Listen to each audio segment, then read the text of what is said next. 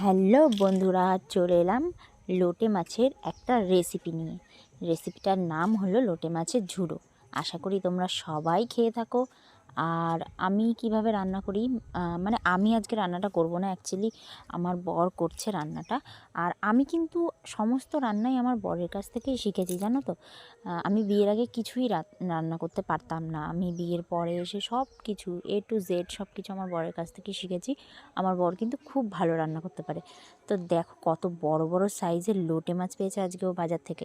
যেই না বাজারে দেখতে পেয়েছে এত বড় বড় সাইজের লোটে, টপ করে তুলে নিয়ে চলে এসেছে। আমি আর আমার বর দুজনাই লোটে মাছ খেতে কিন্তু খুব ভালোবাসি।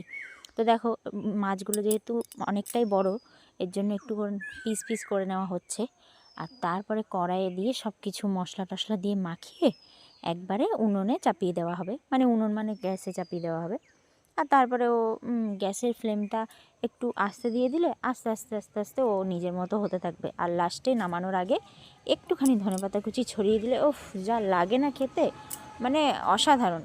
জাস্ট একবার বাড়িতে বানিয়ে খেও তোমরা, আশা করি অনেক অনেক ভালো লাগবে তোমাদের। আমাদের তো খুবই ভালো লাগে। তো দেখো এখন সব মশলা দিয়ে মাখানো চলছে। নুন, হলুদ, জিরে গুঁড়ো, ধনে গুঁড়ো, লঙ্কা গুঁড়ো, কাশ্মীরি লঙ্কা গুঁড়ো একটু কালারের জন্য দেওয়া হয়, মানে দিই আমরা। আদা বাটা, রসুন বাটা আর পেঁয়াজ কুচি, টমেটো কুচি সব কিছু দিয়ে ভালোভাবে মাখিয়ে, সর্ষের তেলও, কাঁচা সর্ষের তেলও এর মধ্যে দিতে হবে। সব কিছু দিয়ে মাখিয়ে টাখিয়ে একদম কড়াইয়ে চাপিয়ে দিতে হবে। আর আস্তে আস্তে মাঝে মাঝে একটু নাড়িয়ে দিতে হবে যাতে নিচে লেগে না যায়, সেটার দিকে একটু খেয়াল রাখতে হবে।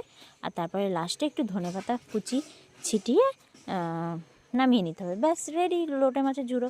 আর আমি না ভিডিওটা মানে লাস্টের দিকটা করা হয়নি, লাস্ট ফিনিশিংটা তোমাদের দেখানোই হয়নি গো, সরি। তো কিন্তু কালারটাও যেমন এসেছিলো আর খেতেও খুব ভালো লাগছিলো। তো এইভাবে কিন্তু একদম বাড়িতে বানিয়ে অবশ্যই খাবে, ঠিক আছে। আর মানে একদম যখন ঝুড়ো ঝুড়ো ঝুড়ো ঝুড়ো মতো হয়ে যাবে লোটে মাছটা, তখনই কিন্তু নামাবে, ঠিক আছে। তার আগে কিন্তু একদম নামাবে না। তো ভালোভাবে করতে হবে রান্নাটাকে, তাহলে দেখবে, আশা করি তোমাদের অবশ্যই ভালো লাগবে। আর যদি ভিডিওটা ভালো লেগে থাকে তাহলে অবশ্যই একটা লাইক করে দিও, কমেন্ট করে দিও, আর আমার চ্যানেলটাকে সাবস্ক্রাইব করে দিও। ঠিক আছে বন্ধুরা, টাটা। আজকের মতো চলে আসবো নতুন একটা রেসিপি নিয়ে, নতুন ভিডিওর সাথে। টাটা।